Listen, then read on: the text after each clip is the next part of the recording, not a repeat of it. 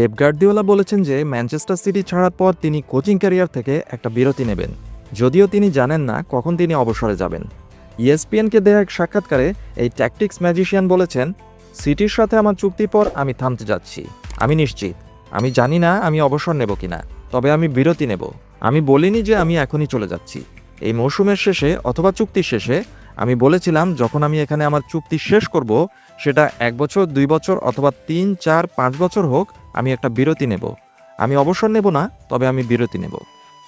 Lionel মেসিকে তারকা বানানো গার্দিওলা বলেন, আমি কিভাবে স্মরণীয় হয়ে থাকতে চাই আমি জানি না। আমি চাই মানুষ আমাকে যেভাবে তারা চায় সেভাবেই মনে রাখুক। সব কোচই জিততে চান যাতে আমরা একটা স্মরণীয় মুহূর্ত তৈরি করতে পারি। কিন্তু আমি বিশ্বাস করি যে বার্সেলোনা, বায়ার্ন মিউনিখ এবং সিটির ভক্তরা আমার দলের খেলা দেখে মজা পেয়েছে। আমি মনে করি না আমরা কখনোই আমাদের মনে রাখা হবে কিনা এসব ভেবে বেঁচে থাকা উচিত।